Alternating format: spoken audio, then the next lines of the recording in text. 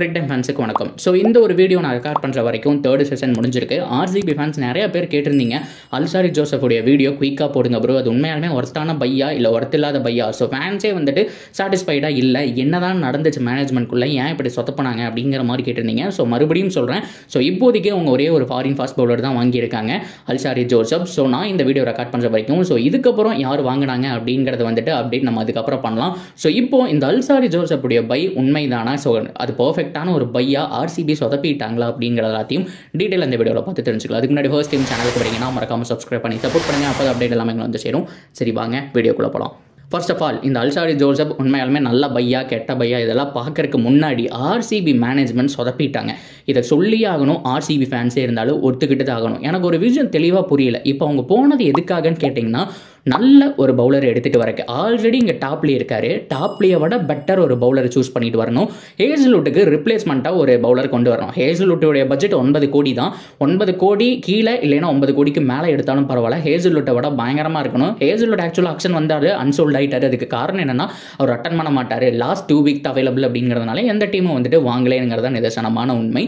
RCB பார்த்தீங்க அப்படின்னா bad கமின்ஸுக்கு 20 கோடிக்கு போனாங்க. எத்தனை பேர் கவனிச்சிங்கன்னு தெரியல. எஸ்ஆர்ஹெச்சுக்கும் ஆர்சிபிக்கும் மிகப்பெரிய யுத்தமே நடந்துட்டு இருக்கு. கிட்டத்தட்ட ஒரு 8 கோடியிலேருந்து அவங்க ஸ்டார்ட் பண்ணி ஆல்மோஸ்ட் சிஎஸ்கே ஒரு டைமில் விட்டுட்டு போயிட்டாங்க. அதுக்கப்புறம் ஆர்சிபி எஸ்ஆர்ஹெச் ஃபைட் போட்டு 20 கோடி வரைக்கும் பேட் கமின்ஸு கேட்டு வந்தாங்க ஆர்சிபி. அவங்க கிட்ட இருக்கிறதே 23 கோடி பட்ஜெட். இதில் 20 கோடி வரைக்கும் நீங்கள் பேட் கமின்ஸுக்கு எதுக்கு போனீங்க அப்படிங்கிறத மெயின் கேள்வி. ஏன்னா ஆல்ரெடி கேமரூன் கிரீனேவே எங்கே ஃபிக்ஸ் பண்ணுறதுன்னு தெரியாமல் சுற்றிட்டு இருக்கிறாங்க. வில்ஜாட்ஸை வந்துட்டு சாக்ரிஃபைஸ் பண்ணால் மட்டும்தான் கேமரூன் கிரீன் உள்ளாட முடியுங்கிற சுச்சுவேஷனில் பேட் கமின்ஸ் இன்னொரு ஆல்ரவுண்டர் எடுத்து என்ன ஒரு பிரயோஜனம்? ஒரு டெட் பவுலிங் யூஸ் பண்ண முடியாது. எஸ் அஃப்கோர்ஸ் அவர் ஆல்ரவுண்டர் நல்லா ஆடுவாருங்க, மேட்ச் வினிங் நாக்கில் ஆடி தருவார், அதெல்லாம் வேற விஷயம். நமக்கு தேவை பவுலிங் டிபார்ட்மெண்ட் தான் இப்போ வீக்காக இருக்கு. மும்பைக்கும் சேம் இதே நிலைமை தான் இருக்கு. அப்படி பார்க்கும்போது நச்சுன்னு ஒரு 2 பவுலர் எடுத்து உள்ள போட்டிருந்தீங்கன்னா பேக்கப் அது மட்டும் இல்லாமல் ஸ்குவாடில் ஆடுறதுக்கு ஒருத்தர் இருந்தார் அப்படின்னா எப்படி இருந்திருக்கும் அப்படிங்கிறதா கேள்வி. இதில் நம்ம ஏகப்பட்ட ப்ரெடிக்ஷன் பார்த்துருந்தோம், எவ்வளவோ நல்ல பவுலர்ஸ் இருந்துட்டு இருக்காங்க. ஸோ மதுசங்கா, அது மட்டும் இல்லாமல் ஜெரால்ட் காட்ஸி, மிச்சல் ஸ்டாக் அப்படிங்கிற மாதிரி பிளான் போட்டிருந்தோம். இவங்க எல்லாருமே மிச்சல் ஸ்டாக்கை தவிர மற்ற எல்லாருமே வந்துட்டு வாங்கக்கூடிய பட்ஜெட்டில் தான் இருந்தாங்க. ஒரு விஷயம் எனக்கு சுத்தமாக புரியல, பேட் கமின்ஸுக்கு 20 கோடி வரைக்கும் ட்ரை பண்ண இவங்களுக்கு தேவையான ஒரு விஷயம் அந்த நச்சுன்னு போடக்கூடிய ஃபாரின் ஃபாஸ்ட் பவுலர், நல்ல ஒரு யங்ஸ்டர் ஜெரால்ட் காட்ஸி. வெறும் 6 கோடிக்கு மும்பை அலைக்கா வாங்கிட்டு போயிட்டு இருக்காங்க. ஜிடி கிட்ட வேற ஒரு பிளான் இருக்கு, மற்றவங்க எல்லாருக்குமே ஆல்மோஸ்ட் செட் ஆயிடுச்சு.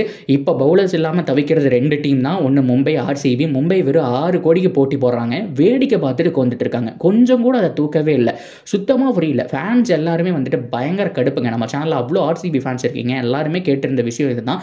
ஏன் காட்சிக்கு போகவே இல்லை? எனக்கு ஒரு விஷயம் புரியல. 11 கோடிக்கு நீங்கள் அல்சாரி ஜோசப் வாங்குறீங்க, இல்லை 20 கோடி வரைக்கும் பேட் கமின்ஸ் போகிறீங்க, ஒரு காட்சிக்கு ஒரு 1 கோடி 2 கோடி கூட நீங்கள் ட்ரை பண்ணலையா? என்னதான் உங்களுடைய பிளான் அப்படிங்கிற மாதிரி தான் கேட்க ஆரம்பிச்சாங்க. சரி ஓகே, இதுக்கப்புறம் மற்ற பவுலர்ஸாவது ட்ரை பண்ணுறாங்களான்னு பார்த்தா ஏகப்பட்ட நல்ல பவுலர்ஸ் வரும்போது எல்லாமே விட்டுட்டு சும்மா தான் வேடிக்கை பார்த்துட்டு இருந்தாங்கன்னு சொல்லணும். மேபி இதுக்கப்புறம் ஃபெர்கூசன் அந்த மாதிரி யாராவது எடுத்தாங்கன்னு தெரியல. ஃபெர்கூசன் அன்சோல்ட் ஆகிட்டாலும் மறுபடியும் ஒரு லிஸ்ட் வருது, அதில் எடுக்கிற கூட சான்ஸ் இருக்குது ஆர்சிபி. ஆனால் உண்மையாலுமே அல்சாரி ஜோசப் எடுத்தது பெஸ்ட் பையான்னு எனக்கு கேட்டீங்கன்னா, ஒரு 3 கோடி 4 கோடியில் அல்சாரி ஜோசப் எடுத்திருந்தாங்கன்னு வச்சுக்கோங்களேன், உண்மையாலுமே சூப்பரான ஒரு பை, டீசெண்டான ஒரு பைன்னு சொல்லியிருக்கலாம். ஆனால் 11.5 கோடிக்கு அவங்களுடைய அமௌண்ட்டை செலவு பண்ணிட்டாங்கன்னு சொல்லணும். மும்பை இந்தியன்ஸை பாருங்க, மதுசங்கா என்ன ஒரு பவுலிங், ரீசெண்ட் டைமில் நல்ல ஒரு சைனு, டெத் ஓவர் வந்துட்டு பிரித்து வீசிட்டு இருக்காரு. அவரையும் காட்சியும் வெறும் 9 கோடிக்கு, 2 பேரும் சேர்ந்தே 9 கோடி தான் வருது. அல்சாரி ஜோசப் மட்டும் 11.5 கோடிக்கு. மறுபடியும் மும்பை இந்தியன்ஸ் கிட்ட ஏமாந்துட்டாங்க நான் அப்படின்னு தான் சொல்லுவேன். ஆல்ரெடி கேமரூன் கிரீனை 17.5 கோடிக்கு வாங்கினதே வந்துட்டு திட்டிகிட்டு இருக்கிறாங்க. 12 கோடிக்கு உள்ள வாங்கியிருக்கலாம், 17 கோடி. விராட் கோலியை விட அவனுக்கு சம்பளம் ஓவராக கொடுக்கணுமான்னு சொல்லிட்டு ஃபேன்ஸ் எல்லாம் கடுப்பில் இருக்கும்போது அல்சாரி ஜோசப் 11.5 கோடிக்கு ஒர்த் இல்லை அப்படிங்கிறத உண்மையான விஷயம். ஸோ ஃபேன்ஸ் எல்லாருமே கோவப்படலாம். ஸ்ட்ராட்டஜி சில பேர் வந்துட்டு தூக்கிட்டு வருவாங்க. அதாவது முதல் மேட்ச்லேயே 6 விக்கெட் எடுத்தார், உனக்கு தெரியுமா? அது என்ன ஒரு பவுலிங் ஸ்பெல் உனக்கு தெரியுமா நீங்கள் கேட்கலாம். ஆனால் இப்போ அவரோட கரண்ட் ரெக்கார்டு உங்களுக்கு தெரியுங்களா? ஸோ இப்போ ரீசெண்ட் டைமில் ஒரு மேட்ச் நடந்துச்சு, நான் அந்த ஸ்க்ரீன்ஷாட் கூட உங்களுக்கு நான் இப்போ காமிக்கிற மாதிரி கீழே 1.2 ஓவரில் 40 ரன்னுங்க, 38 ரன் ஆல்மோஸ்ட். கிட்டத்தட்ட அந்த ஓவர் முடியுமோ 45 ரன் கொடுத்து வச்சிருக்காரு. 4 ஓவர் போடக்கூடிய மேட்ச்ல கிட்டத்தட்ட 60-70 ரன் கொடுத்துட்டு இருக்காரு. இப்போ அவருடைய கரண்ட் ஃபார்ம் போரா இருக்குங்க, உண்மையை ஒத்துக்கிட்டு தான் ஆகணும். அல்சாரி ஜோசப்பை எடுத்தாச்சு, மேபி ஆர்சிபிக்கு நல்லா பண்ணால் பெட்டர் தான்.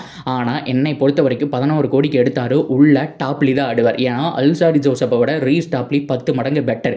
இப்போ அக்ஷன் போகிறதே ஒரு நல்ல பவுலர் எடுக்கிறதுக்காக தான், டாப்லியோட ப்ரெஷரை கம்மி பண்ணுறதுக்காக தான். இப்போ மறுபடியும் டாப்லி மேலே தான் எல்லா ப்ரெஷரோடுக்கும். டாப்லி அண்ட் சிராஜ் இவங்க 2 பேரும் தான் ஓப்பன் பண்ண போகிறாங்க. என்னை பொறுத்த வரைக்கும் அல்சாரி ஜோசப்புக்கு ஸ்குவாடில் இடம்ங்கிறது ஸோ இனிஷியல் மேட்சஸில் கிடையாது, அதுதான் நிதர்சனமான உண்மை. பிகாஸ் மேலே விராட் கோலி, அதுக்கப்புறம் வந்துட்டு ஃபாரின் மட்டும் பார்த்தோம்னா ஃபேஃப் டூ பிளஸி, அது மட்டும் இல்லாமல் மேக்ஸ்வெல் இருக்காங்க.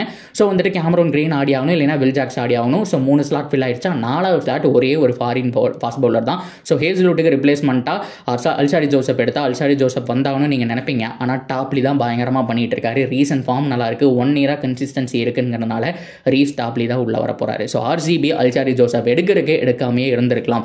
ஸோ நீங்கள் பேக்கப் பிளேயராக எடுக்கிறீங்கன்னா கூட பேக்கப் பிளேயருக்கு எதுக்கு வந்துட்டு 11.5 கோடி ஆல்மோஸ்ட் 12 கோடி எதுக்கு அவர் வந்துட்டு பெஞ்சு தான் பண்ண போகிறாங்கிற மாதிரி ஏகப்பட்ட கேள்விகள் இருக்குது. எஸ் அஃப்கோர்ஸ் மற்ற எல்லா டீமும் தப்பு பண்ணியிருக்கிறாங்க.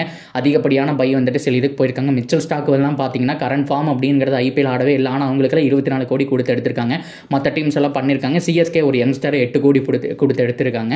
இதெல்லாம் ஒரு விஷயம் தான். ஆனால் ஆர்சிபிக்கு மெயின் நீடு பவுலிங். மதுசங்காவை விட்டுட்டாங்க, காட்சியை விட்டுட்டாங்க, ஸ்டாக்குக்கு ட்ரை பண்ணல. ஸோ எல்லாமே போனதுக்கப்புறம் ஏதோ கிடச்சதேன்னு எடுத்துகிட்டு வந்த மாதிரி தாங்க இருக்குது. இதுதான் உண்மையான ஒரு விஷயம். ஸோ அப்படியே கட் பண்ணோம்னா யங் பவுலிங் யங்ஸ்டர் பக்கம் பார்த்தோம்னா ஒரு சூப்பரான ஒரு பிக் அப்படின்னு சொல்லணும் கார்த்திக் தியாகி. ஸோ அவரை பொறுத்த வரைக்கும் பார்த்தோம்னா கண்டிப்பாக ரிங்கு சிங் கிட்ட அடி வாங்கியிருக்காரு. அந்த ஒரு இதெல்லாம் வந்துட்டு மைண்டில் இருக்கும். மற்றபடி ஒரு டீசென்ட்டான பவுலர். ஸோ கண்டிப்பாக ஆல்ரெடி இவங்க லைனப்பில் இருக்கிற பவுலர்ஸை கம்பேர் பண்ணும்போது நல்லாவே இருக்காரு. சிராஜுக்கு அடுத்தபடியாக அவர் உள்ள கொண்டு வரலாம் அப்படிங்கிற மாதிரியான ஸ்டேஜில் இருக்காரு.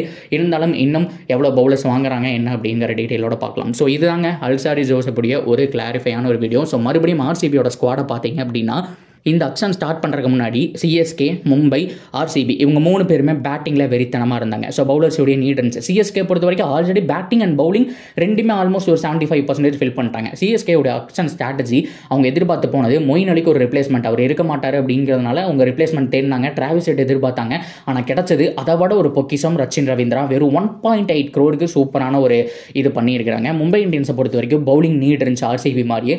சூப்பராக காட்சி, அது மட்டும் இல்லாமல் மதுசங்கர், 2 சூப்பர் பவுலர்ஸை யோசிச்சு பாருங்க. பும்ரா காட்சி சேர்ந்து போட்டால் எப்படி இருக்கும்? அவங்க வெறித்தனமாக இருக்கும். அவங்களுடைய பேட்டிங்கே வேறு லெவல் இருக்குது. இதில் ரொமேரியோ செப்போர்ட் வேறு இருக்காரு. அவங்களோட ஸ்குவாடும் அல்டிமேட். ஆனால் ஆர்சிபியை பொறுத்த வரைக்கும் அவ்வளோ சூப்பரான பேட்டிங் லைனப். சிஎஸ்கே மும்பைக்கு ஈக்குவலாக அதை விடவே ஓரளவுக்கு நல்லா பெட்டராக கிரீன் வந்ததுக்கப்புறம், ரஜத் பட்டிதர் வந்ததுக்கப்புறம் அவங்களோட ஸ்குவாட் அந்த டாப் 6 அப்படிங்கிறது வெறித்தனமாக இருந்துச்சு. ஆனால் அன்ஃபார்ச்சுனேட்லி பவுலிங்கில் சொதப்பிட்டாங்க அப்படிங்கிறத உண்மையான விஷயம். அவங்க கிட்ட இருக்கிற பட்ஜெட்லாம் கம்மின்னு சொல்ல முடியாது. இதை விட கம்மியாக இருந்துச்சு மும்பை கிட்ட 17 கோடி தான் இருந்துச்சு. ஆர்சிபி விட ஆல்மோஸ்ட் வந்துட்டு ஒரு 6 crore வந்துட்டு கம்மியாக தான் வச்சிருந்தாங்க. ஆனால் அவ்வளோ அழகாக எடுத்தாங்க. அவங்க பிக் பண்ணது சரியில்லைங்க. அவங்க என்ன எதிர்பார்த்தாங்க தெரியல. பேட் கமிங்ஸுக்கு 20 கோடிக்கு போகிறாங்க. ஆனால் அல்சாரி ஜோசப்புக்கு 12 கோடிக்கு போயிருக்கிறாங்க. ஆனால் மதுசங்காக்கும் அது மட்டும் இல்லாமல் இன்னொன்று யார் காட்சிக்கு தூக்கவே இல்லை. இதுதான் ஃபேன்ஸ் ரொம்ப கோவப்பட வேண்டிய விஷயம். ஸோ உண்மையான ஆர்சிபி ஃபேன்ஸ் கண்டிப்பாக கோவப்படுவாங்க. சில பேர் வந்துட்டு மனசை தேத்திட்டு இருக்காங்க. அதெல்லாம் ஒன்றும் இல்லை ப்ரோ, ஜோசப் நல்லா பண்ணுவார் ப்ரோ, எங்களுக்கு நம்பிக்கை ப்ரோ அப்படின்பாங்க. இதே தான் ஒவ்வொரு ஆக்ஷனும் சொல்லிட்டு இருக்காங்க. வேறு வழியே கிடையாது. கண்டிப்பாக ஜோசப் ஆட மாட்டாருங்க. ரீஸ் டாப்லி தான் ஆடுவார். ஏன்னா அவரை விட 10 மடங்கு பெட்டர் அவர் தான். வேறு வழி இல்லை, அவரை தான் ஆடி ஆகணும். ஸோ இது போக நான் இந்த வீடியோ பேசுகிற வரைக்கும் இன்னும் யாரும் இல்லை. அது போக அன்சோல்டான பிளேஸ் வேறு யாராவது ஃபெர்குசன் இந்த மாதிரி யாராவது உள்ள எடுத்து போட்டிருந்தாங்கிற பட்சத்தில் அந்த பவுலர் ஆடுறதுக்கான சான்ஸ் இருக்குது. ஸோ ஜோசப் எடுத்தது நான் குறை சொல்ல வரல. இன்டர்நேஷனல் ஆடுறாங்க அப்படின்னாலே சூப்பரான ஒரு பவுலர் தான். அந்த ஒரு ஸ்டாண்டர்ட் இருக்கிறதுனால இன்டர்நேஷனல் மேட்ச்லேருந்தே ஐபிஎலுக்கு வராங்க அப்படிங்கிறத மாற்றம் கிடையாது. இருந்தாலும் இந்த பட்ஜெட்டுக்கு இன்னும் நல்ல பிளேயர்ஸை வாங்கியிருக்கலாமே, ஏன் அந்த ஆப்பர்ச்சுனிட்டியை மிஸ் பண்ணிட்டீங்க அப்படிங்கிறது தான் ஆர்சிபி ரசிகர்கள் எல்லாருமே முன்வைக்கக்கூடிய ஒரு விவாதமாக எழுந்துட்டு இருக்கு. ஸோ நீங்கள் என்ன நினைக்கிறீங்க? எல்லாம் முடிஞ்சு போச்சு. ஸ்குவாடை பற்றி என்ன நினைக்கிறீங்க? பேட்டிங் மேலே குறைய சொல்ல முடியாது. மறுபடியும் அந்த பவுலிங் அடி வாங்கிட்டே இருக்குதுங்க. என்ன பண்ணுவாங்கன்னு தெரியல. ஸோ நீங்கள் என்ன நினைக்கிறீங்க? பவுலிங்கை பொறுத்த வரைக்கும் அல்சாரி ஜோசப் பிக்கை பற்றி என்ன நினைக்கிறீங்க? அந்த காட்சிக்கு போகாததை பற்றி என்ன நினைக்கிறீங்க? மதுசங்காவை மிஸ் பண்ணதை பற்றி என்ன நினைக்கிறீங்க அப்படிங்கிறது எல்லாத்தையும் டீட்டெயிலாக சொல்லுங்கள். தொடர்ந்து அப்டேட்டுக்கு சேனலோட இணைஞ்சிருங்க. மறக்காமல் சப்ஸ்கிரைப் பண்ணி சப்போர்ட் பண்ணுங்கள்.